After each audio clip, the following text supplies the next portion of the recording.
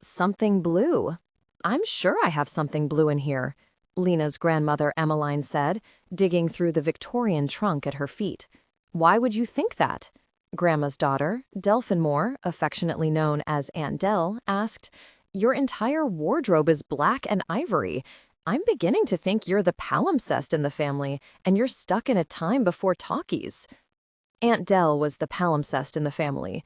Within the caster world, where powerful supernaturals had different magical talents, she could see the future and the past in any given place, an ability that rendered Aunt Del confused, to say the least. Grandma glared at her. I'm simply trying to fit in with the other women in the community without attracting any more attention. Mitchell Waite's upcoming wedding had forced Grandma out of the privacy of Ravenwood Manor and into the Gatlin public eye of Main Street, where all the best, and only, shops in town were located. It seemed Mitchell's fiancée had lost her mother at a young age, which, according to Aunt Mercy and Aunt Grace, meant the poor girl didn't know the first thing about planning a proper Southern wedding. Of course, they had offered their expertise without waiting to be asked, and after tasting 6 hummingbird cakes, even though she asked for a buttercream, and trying on a dozen antebellum wedding gowns, even though she wasn't a fan of hoop skirts, Mrs. English had begged Emmeline Deschaines to step in and help. Lena's grandmother was flattered. She hadn't gotten to watch Lena's mother tie the knot. Cataclysm weddings weren't exactly popular with lightcasters, and she had always dreamed of planning a wedding. A mortal one would have to do. The only problem was that she knew a lot more about ordering candied seahorses and braised peacock than honey ham and pigs in a blanket. And now she was in charge of finding something blue. Why blue? Why not, I don't know, something diamond, jewel-encrusted? What's so special about blue? Grandma sighed. Ethan smiled and helped Grandma lift an unwieldy box out of the footlocker. It looked like the archival boxes his mother had used for historical documents and photographs, but this one had seen better days, or decades. I don't know, but it's nice of you to help Mrs. English with the wedding, Ethan said. I know it means a lot to her, Lena agreed. Grandma adjusted one of the tortoiseshell combs in her hair. Your father deserves a little happiness after the last few years, and so does that poor woman, after everything she's been through. She shook her head. Really? Aunt Del sniffed. They've both had more than their share of being blue. No one talked about the period of time that Lillian English didn't even remember, when the Lilum, the most powerful being in the supernatural world, had possessed Ethan and Lena's English teacher while Lake Moultrie dried up and grasshoppers infested Gatlin like locusts. Back then, it had felt like the end of days. Now, as Ethan carried the box to the coffee table, it sounded like a different kind of disaster was happening. A terrible howl came from the next room. A flash of gray and white whipped past Ethan as Lucille Ball tore through the living room. Boo Radley bounded after the cat, a mass of heavy black fur. Boo, stop, Lena shouted. Even a caster dog as intelligent and obedient as Boo couldn't resist chasing a cat that was a little too big for her britches. As Boo cut behind Ethan, the dog's huge body knocked Ethan off balance. He managed to keep hold of the box, but the lid flew off, sending a smattering of objects raining down on them. Letters and scraps of yellowed paper, dried flowers, and a deck of playing cards, buttons and costume jewelry, and a little blue book. Lena picked it up with a triumphant smile. At least we found something blue. Ethan brushed dried flower petals out of her hair. I'm not sure Mrs. English wants to carry a copy of... He peered over Lena's shoulder at the faded cloth cover. The Link Between Dreams and Memories, a study in accessing long-term memory. Lena scrunched up her nose. She might. That sounds interesting. A strange expression passed over Grandma's face. I haven't seen that book in years. I thought it was lost. She took the book from Lena and brushed off the cover, as if it were the most valuable thing in the world. What is it? Lena asked. Aunt Del stared at the book, her eyes glinting with tears. It's the book that saved your life, Lena. Or I suppose I should say it's the one that helped Macon save it. She yanked an embroidered handkerchief out of her pocket. What do you mean? Lena asked. Why haven't I ever heard of it? Grandma walked over and tucked a curl behind Lena's ear. It's the book Macon used to teach himself how to feed on dreams instead of blood, something he did so he could help me keep you safe for all those years. He swore that if I trusted him, he'd find a way to control the darkness inside him. And you believed him? Lena asked. Not for a second. Grandma opened the book's worn cover and paused to look at Lena. But I was wrong. 17 years earlier. Let It Rain. The phone rang and the doorbell chimed at exactly the same time. Emmeline Deschaines eyed the door warily as she reached for the cordless phone on the antique French table in the foyer. She wasn't accustomed to unexpected visitors, especially not after dark. She spent little time in Charleston, even though her Victorian home was on the best block of Charleston's Battery, very far south of Broad. She had made a point of not getting acquainted with her wealthy mortal neighbors. "Hello?" she said into the telephone, prepared to scare away a solicitor. "Emmeline, thank God you're home. I had a vision." Aurelia, Macon's mother, sounded breathless on the other end of the line. Aurelia's powers as a diviner allowed her to see flashes of the present and the future. Unfortunately, they were rarely moments one would choose to see, which often left the diviner unsettled. "You need to get over to Seraphine's house right away," Aurelia rushed on. The doorbell chimed 2 more times. "Seraphine and I aren't exactly on speaking terms," Emmeline said, opening the carved oak door. She hadn't seen her daughter since Seraphine was claimed by the dark on her 16th birthday, and she wasn't in a hurry to now. Things never ended well between the two of them, and she had no reason to believe that would ever change. "I tried, I really did." She opened the door. A slip of a woman stood on the porch in a flowered dress and orthopedic shoes, clutching a patent leather handbag. The woman cleared her throat. "I'm sorry to bother you, Miss Deschaines, but what I have to tell can't wait. My name is Amma." Emmeline covered the phone with her hand and cut her off. "I know who you are. Your reputation precedes you, Miss Trudeau." It was true. There wasn't a caster within 50 miles who hadn't heard the stories about the Seers of Waders Creek, and Amma Trudeau was the central figure in at least half of them. She was practically folklore itself, as far as the Low Country was concerned. "Is someone there?" Aurelia asked on the other end of the line. "Yes, a seer from Gatlin. Waders Creek, actually." Amma raised an eyebrow, impressed. Emmeline waved the older woman inside and shut the door. She didn't need any of her nosy neighbors overhearing their conversation. "Waders Creek? To read your cards? Get rid of her. There's no time." The voice on the other end reached a fever pitch, and Emmeline was sure the seer could hear Aurelia. "I don't mean to interrupt," Amma gestured at the phone, "but the cards were callin' to me tonight, and I didn't like what they had to say." A chill ran up Emmeline's spine. A frantic call from a diviner like Aurelia, and a visit from the most famous seer and tarot card reader in the state, possibly in all of the South, on the same night? Those 2 events couldn't be a coincidence. "I don't believe in coincidences anyway," she thought. "It's about your daughter's house," Amma said, her expression grave. "There's gonna be a fire." The phone slipped out of Emmeline's hand and clattered against the hardwood floor. Seraphine was a cataclysmic caster, capable of controlling the elements, but fire was a cataclyst's weapon of choice. And not just any fire, Emmeline knew. Dark fire, the elemental flame from which all power came. If it was true and Seraphine had lost control of her powers again, the prospects were unbelievably grim already. The destruction would be unimaginable. Heaven help us all. "I already called Macon. He can make it there faster than you," Aurelia said, on the other end of the phone line. But no one was there to hear it. Emmeline and Amma were already halfway to the basement, where the round door that led into the caster tunnels was hidden underneath a dented washing machine that hadn't worked in years.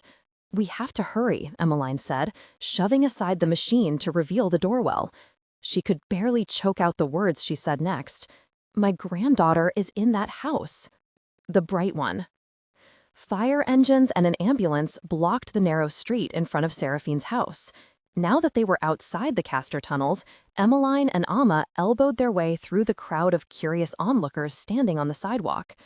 A steady drizzle fell from the dark sky, and for a moment, Emmeline allowed herself to hope. The rain might slow down the fire. Maybe they weren't too late. Amma gazed up at the clouds as she shoved past a cluster of suburban housewives gossiping like old hens. Did you ever meet her? The one in the pink foam curlers bobbed her head with every word. The mother? She wasn't friendly. A bathrobed bystander crossed her arms for emphasis. Hardly spoke to anyone. I waved a few times when I saw her walking the baby, but she ignored me. She was probably a Yankee from somewhere up north. They have the worst manners, the lady in the furry cat slippers answered. Mortals, Emmeline thought. Even in times of tragedy, they still can't stop saying nasty things about each other. The veil is thin. I can feel it, Amma said, her voice low. Means somebody crossed over. Emmeline wasn't surprised. The seer could sense subtle changes in the veil, the line between this world and the other world, the land of the spirits. Most seers could. But at times like this, Emmeline wondered if the ability felt more like a burden than a gift. I don't know how she can bear it. Anxiety churned in Emmeline's stomach, and she gathered her long skirt in one hand and used the other to push through the crowd. But when she reached the orange cones and the edge of the sidewalk, she gasped. The scorched foundation and bits of wet framework were all that remained of the house. Everything else was gone. The caster's hand flew to her lips. We're too late. Maybe, Amma said in a measured tone. Maybe not.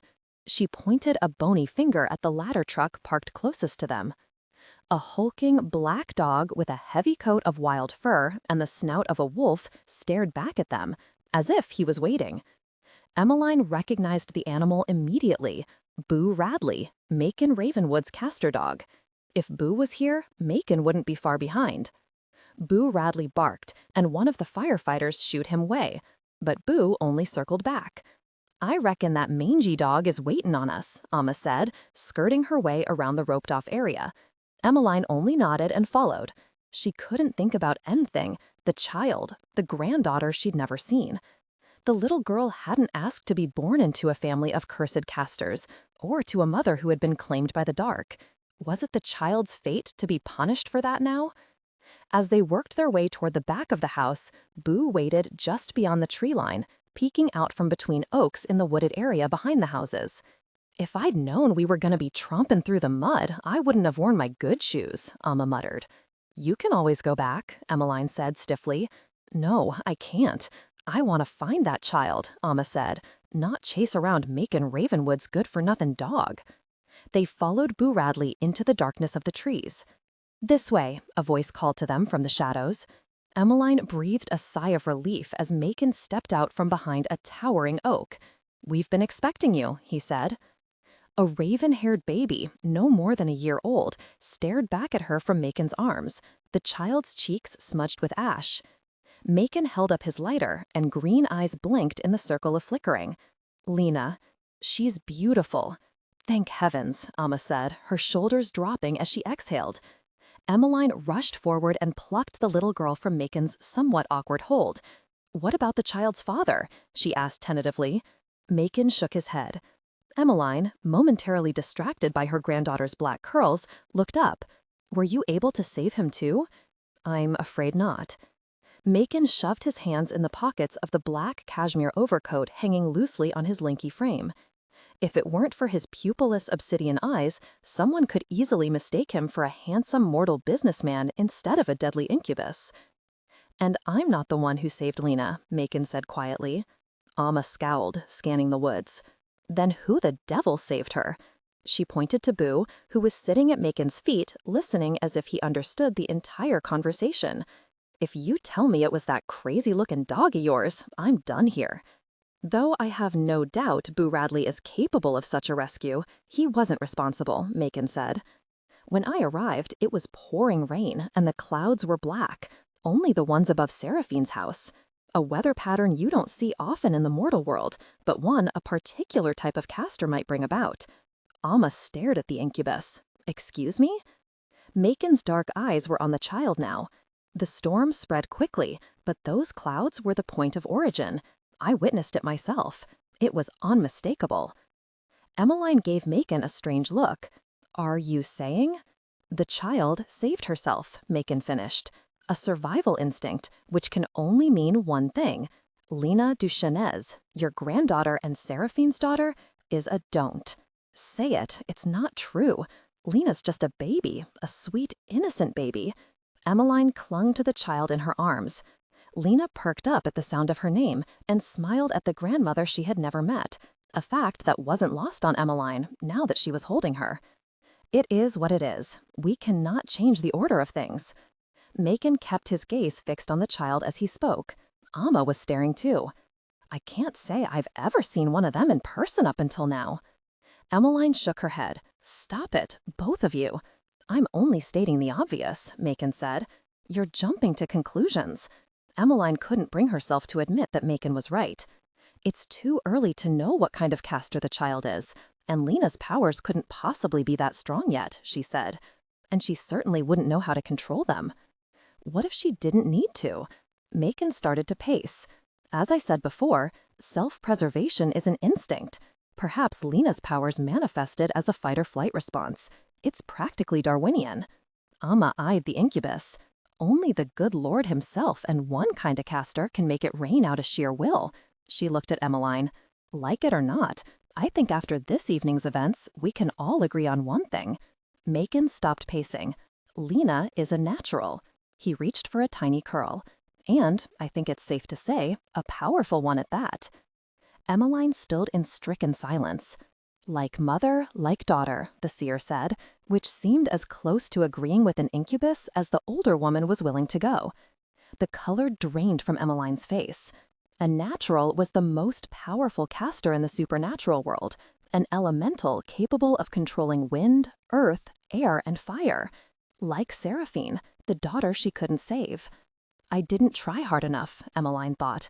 I lost her. But I will not lose Lena. The Dark One?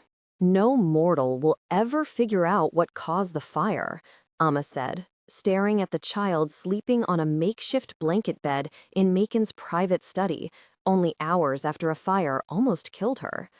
They'll say it was an old house with bad wiring. Emily nodded. Isn't it always that way?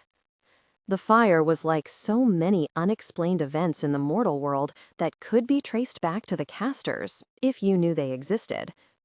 Amma Trado was one of the few who did, but Emmeline would have expected nothing less from the powerful seer. Amma kept her eyes on the child. The way I see it, the ones who don't know are lucky.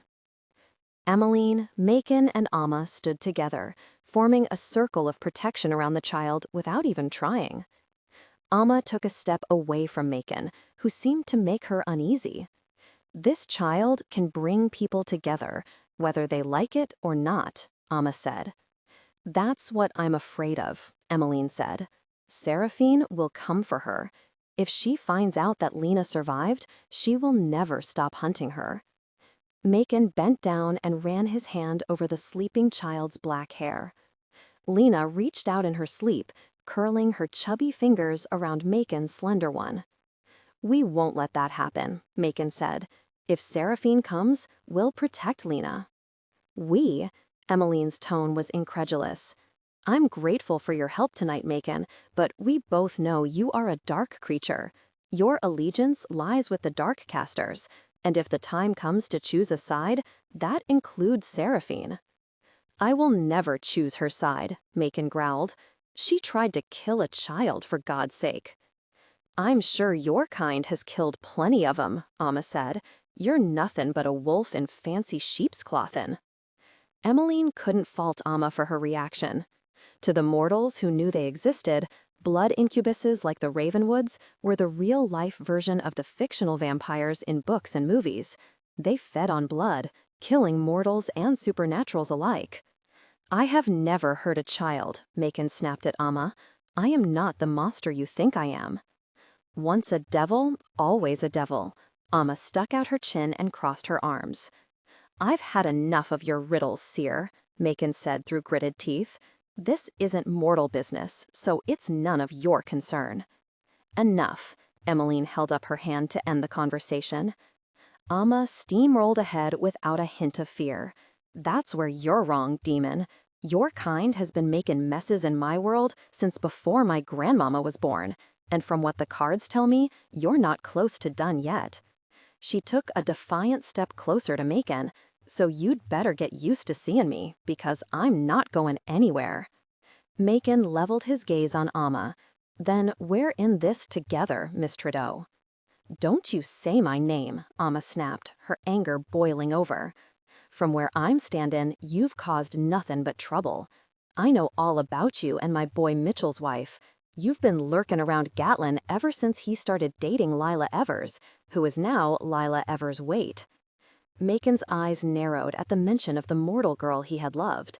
This is about the child. Emmeline had no idea Lila had married someone close to Amma Trudeau. The seer pointed at Macon, fearless. "It better be." "You seem quite concerned about a situation that doesn't concern you," Macon said. "I'm surprised you haven't left by now." "I'd like to be gone just as much as you'd like to watch me go," Amma said, as if she wasn't going anywhere until she was good and ready. "But there's a question that needs answering before I do. How do you two plan to keep Seraphine Duchamps from figuring out her daughter made it out of that house alive?" When no one responded, Amma added, "And if Seraphine finds out, how are you going to keep that child from ending up in a body bag, like her daddy?" Emmeline turned to Macon. "Miss Trudeau is right, Macon. If we're lucky, Seraphine will never know the child survived. Hiding Lena is the only option." "And if Seraphine figures out the truth?" Amma asked. Emmeline took a deep breath. "Then I'll have to protect her." "You can't do this alone, Emmeline," Macon said. "I'll help you." "As much as I need your help, I can't turn a blind eye while you feed on mortals." Macon flinched as if Emmeline had struck him. "I've never killed a mortal, and I have no interest in blood. I found another way to sustain myself." "What exactly does that mean?" Amma stared at Macon. Macon turned toward Emmeline and slipped something out of his jacket, a tiny blue book. "My mother found this in St. Louis Cemetery, one in New Orleans." Amma craned her neck. "What is it?" "An old voodoo book, more of a manual, to be precise, about harnessing the power of dreams," he said, keeping the book close. "It probably came over from the Sugar Islands generations ago." "What does that have to do with helping me protect Lena?" Emmeline asked. "I don't need to feed on blood anymore," Macon said, his eyes darting to Amma. Whatever his secret was, he didn't want Amma to hear it. He slid the blue book inside his coat. "You can't keep Lena safe alone, Emmeline. None of us can." "But my physical strength is an asset. You have to trust me. The darkness within me is my burden to bear, but I can control it now. I give you my word." "Even if he's telling the truth, it doesn't change what he is," Amma said. "Not any more than we can change what's meant to be. The wheel of fate keeps turning, whether we like it or not." Macon held out his hand to Emmeline. "Perhaps we can slow it down?" Emmeline closed hers around his and reached out her other hand to Amma.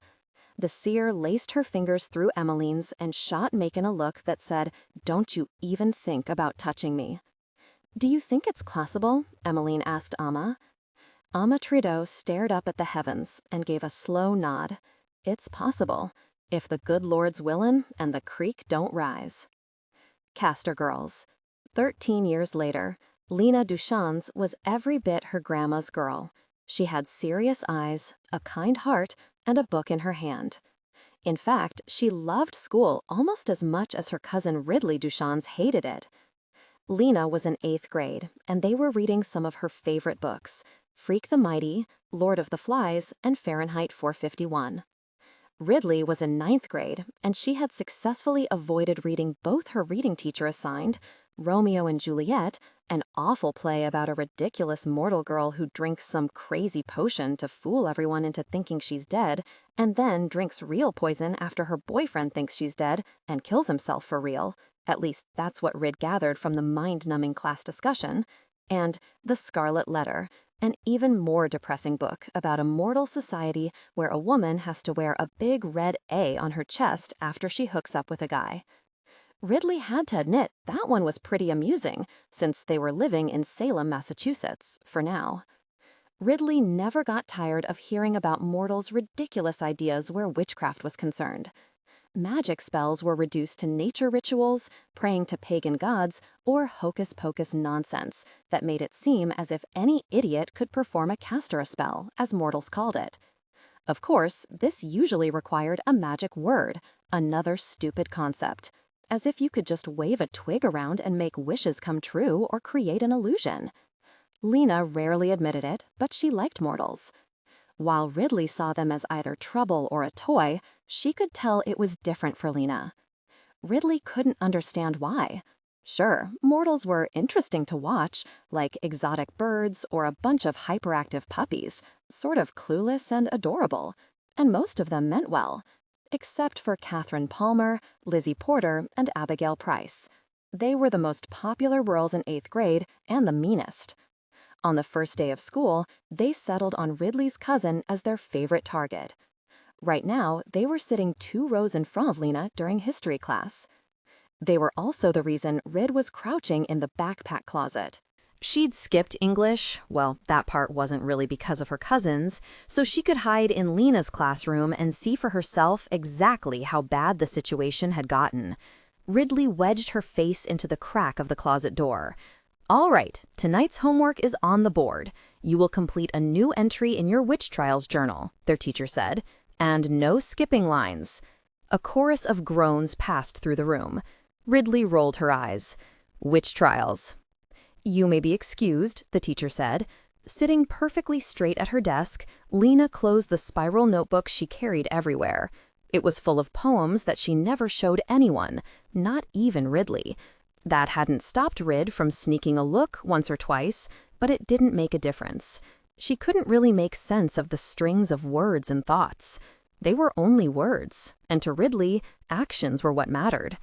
Abigail Price closed her purple trapper keeper and glared at Lena. These homework assignments must be really easy for you, Lena. All you have to do is ask your grandmother what it's like to be a witch. Lizzie and Catherine laughed. Lena cringed and held her books against her chest like a shield.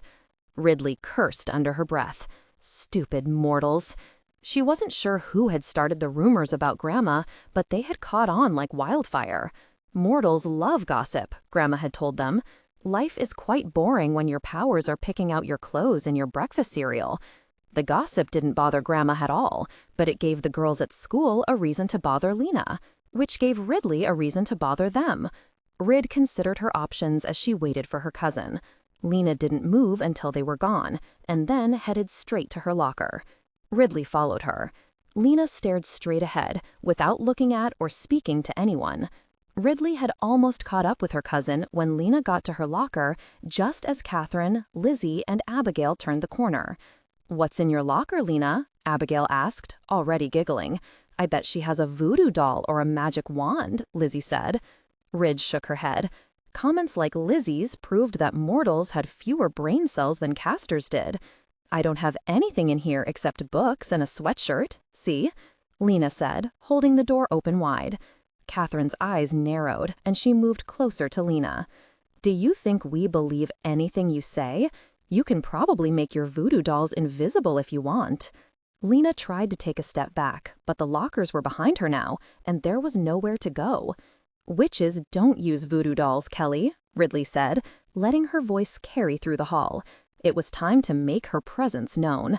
"It's Catherine, not Kelly," Catherine said, raising her chin. She was almost as tall as Ridley. Rumor had it that Catherine had failed kindergarten, and she was really supposed to be in 9th grade.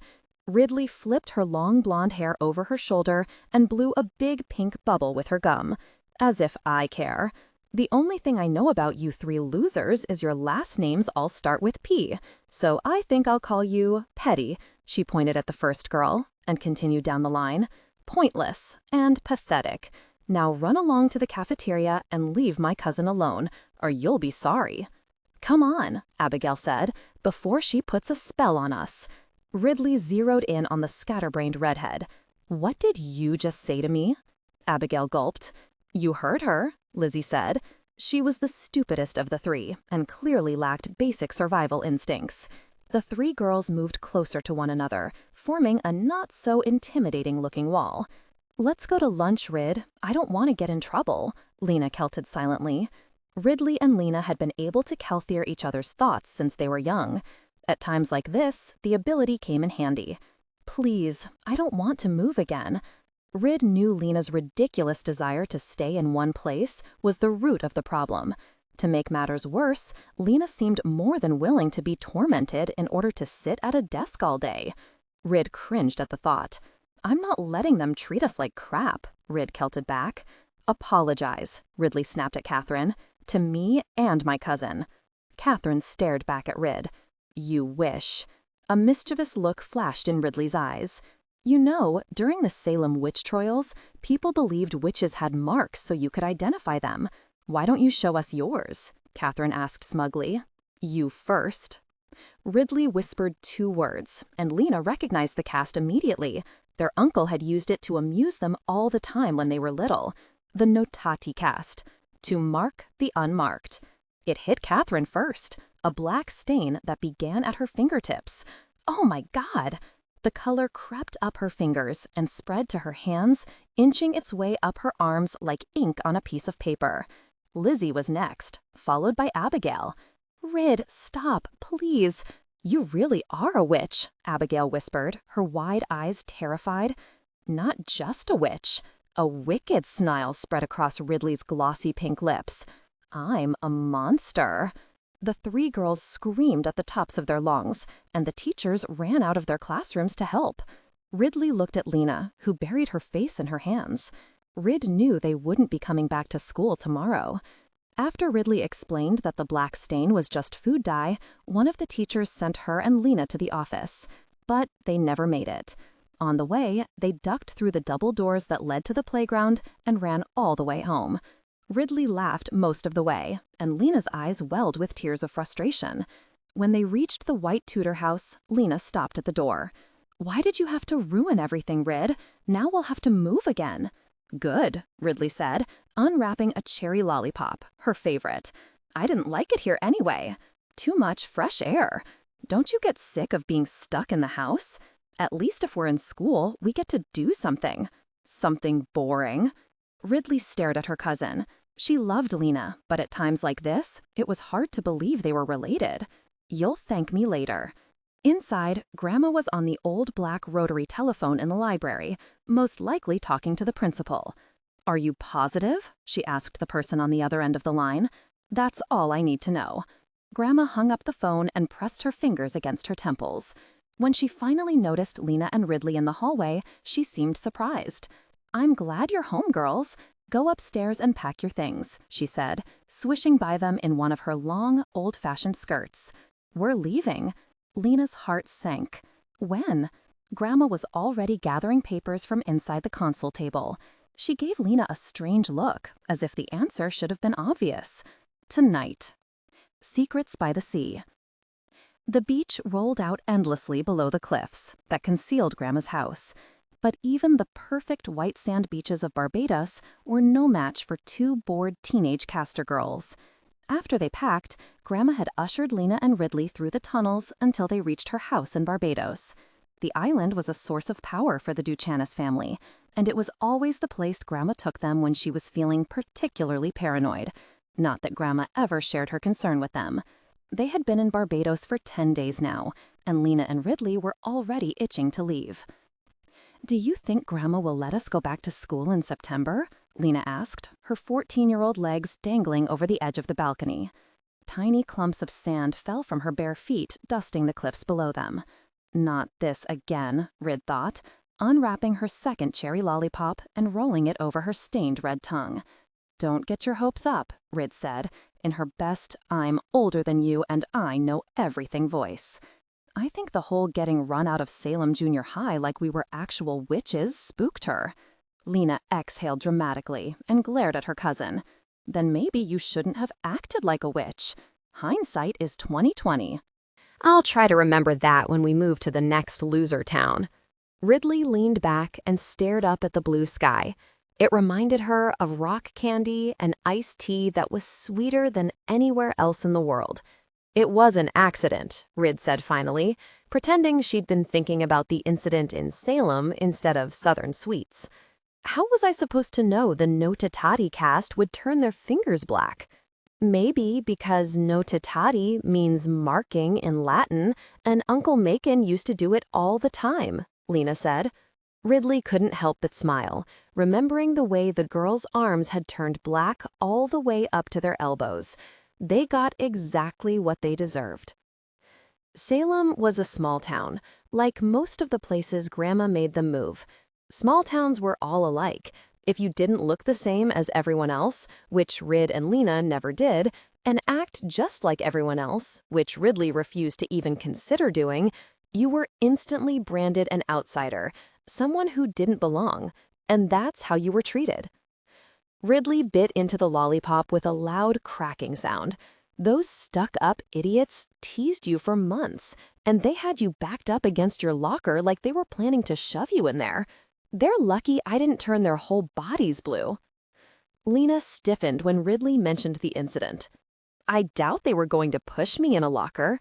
They were just bullying you, tormenting you, humiliating you. Rid pushed up onto her elbows. Should I keep going? Lena's black curls twisted in the air around her, but unlike Ridley, Lena didn't have any control of her abilities. Ridley wasn't even sure she knew what they were yet. Rid stood up and brushed the mud off her pink shorts. I did us both a favor. Trust me, school is boring. Mortals are worse. Lena stared at the empty beach below her grandmother's house, nestled in the cliffs. Like, this is exciting, she said. We're probably the only teenagers on this side of the island. At least in Salem, we could go to the movies or the library. What are we going to do here all summer? Well, think of something, Ridley said, walking back into the sunroom. Lena followed, an irritated tone edging its way into her voice.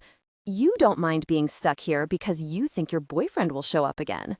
Ridley's cheeks flushed. Shut up. He wasn't my boyfriend. I don't even know anything about him. Except that it felt like he knew me, Ridley thought, like we were the same, and something was pulling us together. Lena kept talking. It doesn't matter how much you know about him. He almost kissed you. Ridley shook her head and grabbed a handful of candied seahorses from the dish on the coffee table as she walked through the cozy living room. She never should have told Lena about what happened with the mysterious Castor boy she met on the beach last summer. Ridley had never seen him again after that day, but she'd spent more than a few class periods daydreaming about him. How could she forget the way he'd looked at her? His eyes had swallowed Ridley whole, like she was beautiful and special, instead of a troublemaker. Earth to Ridley Duchesne's, Lena said, waving a hand in front of her cousin's eyes. What? Rid glared at Lena, then paused at the foot of the spiral staircase, listening. Muffled voices drifted down from the second floor. Shh! Ridley held up her hand, signaling Lena to be quiet. Do you hear that? She whispered. Visitors. Ridley could barely make out their grandmother's voice. Luckily, she had plenty of experience eavesdropping. I'm so sorry to hear about your wife's disappearance, Grandma said, but I'm not sure how I can help. She didn't disappear, Miss Duchesne's. My wife was kidnapped, a man said. A chill ran up Ridley's spine. What are they saying? Lena whispered. I can't hear anything. Shh! Rid held a finger to her lips. Someone was kidnapped. Finally, something's happening around here, she kilted. Nothing interested Ridley more than danger. Who? Lena looked nervous.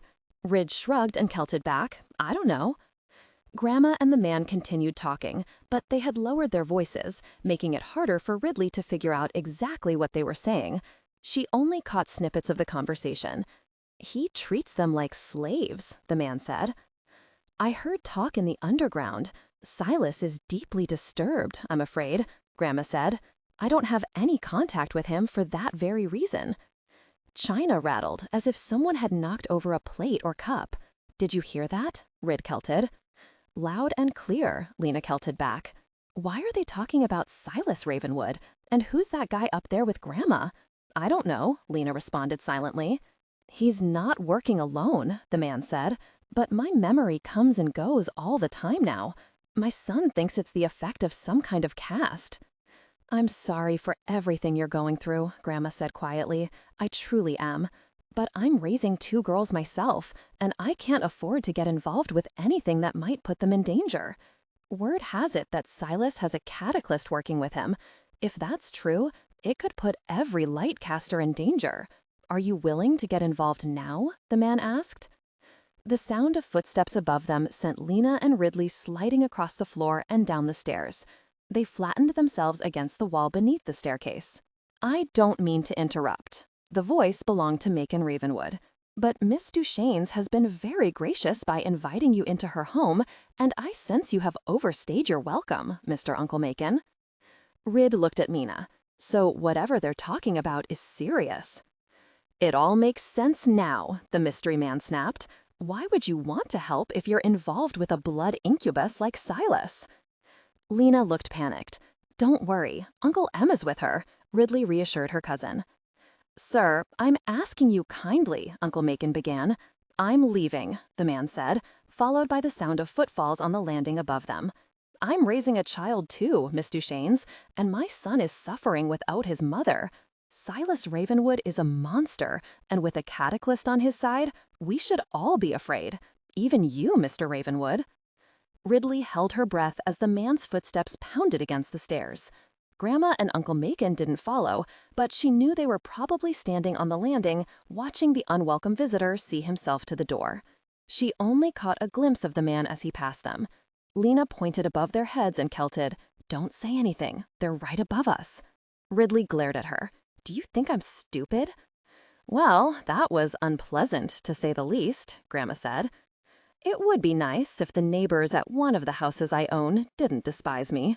The conversation was informative, nonetheless, Macon said. It seems Ridley's little stunt at school was well-timed. Ridley shot her cousin a smug smile. See? Lena rolled her eyes. There's only one thing I need to know. Grandma paused for a moment before continuing. Is Lena safe here? At first, Rid wasn't sure she'd heard her grandmother correctly. Lena gave her a confused look. What is she talking about? She kelted frantically. Before Ridley's answer surfaced in Lena's mind, Uncle Macon responded, his voice heavy. I'll do whatever I have to in order to protect her, he said. You didn't answer the question, Macon. Grandma sounded worried. Uncle Macon was silent for a moment. As safe as Lena can ever be. The Angry Queen. That same night, thousands of miles away in Waters Creek, South Carolina, Emma Trudeau shuffled the old gilded deck of cards she had been reading since she was a child. Most people mistook them for tarot cards, but they were far more powerful. Cards of Providence offered answers to a seer's questions, if you asked the right ones, and you weren't afraid to find out the answers. Amma had avoided the cards lately. She'd been plagued by disturbing dreams for the last week, and she hadn't wanted to face whatever the cards had to tell her. But she couldn't hide from them, not anymore. There was a child in the most recent dream, and even though Amma couldn't remember any other detail about the child, it was enough to force her into action. What if Ethan, Mitchell, and Lila's beautiful boy, who was practically Amma's child too, was in some kind of danger? I'd never forgive myself, and that's the truth, Amma thought. Not with everything she already knew about the future the 14-year-old boy had ahead of him. A seer couldn't see everything a person's destiny held, but Amma already knew more than she wanted to. It's time, she said to herself, spreading the cards face down on her kitchen table. She flipped the cards over one by one, and by the time she had turned the fifth card, she knew the dreams had nothing to do with her boy Ethan.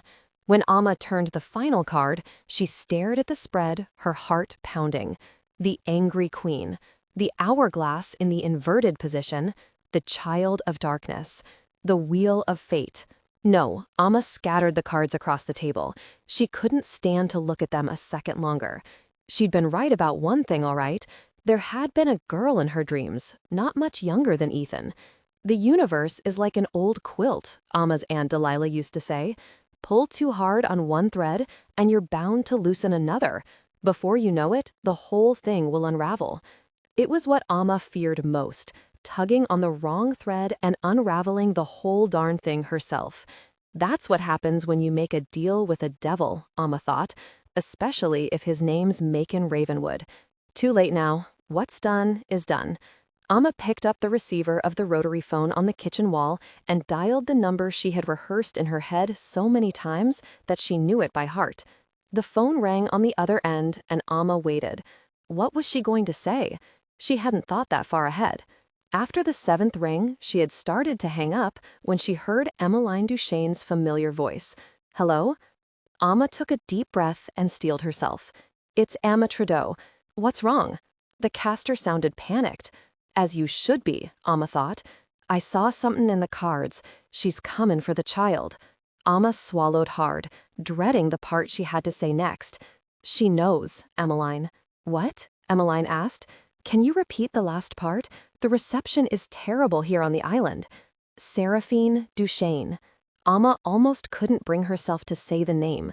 Instead, she let her fingers curl around the old wooden spoon on her counter like it was a sword and took a deep breath before she spoke the words that would change everything. Seraphine knows Lena survived the fire. Sacrifices? Lena didn't say a word as she stared at the little blue book in her hands. Let's get out of here, Ethan said. He grabbed her hand, interlacing his fingers with hers. The coast was clear if they needed to bolt, which Ethan was pretty sure they did.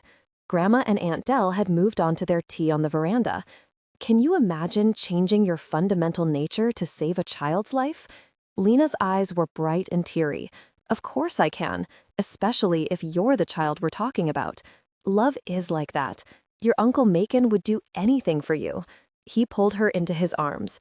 So would I, because you're worth it, Lee. Love is pretty incredible, she said softly. You're pretty incredible. Ethan nuzzled Lena's neck and took the book out of her hand. I think this is the perfect something blue for Mrs. English. It saved the life of the girl I love, which makes it lucky as far as I'm concerned. She slid her arms around his waist. That's so sweet and cheesy, Ethan finished. When did we turn into a Hallmark movie? Lena smiled. Your dad's wedding is making everyone sentimental. We have to save ourselves, or we'll end up like them. Ethan leaned close. Would that really be so bad? Lena's lips were on his before he could finish the sentence. Okay, I am ready.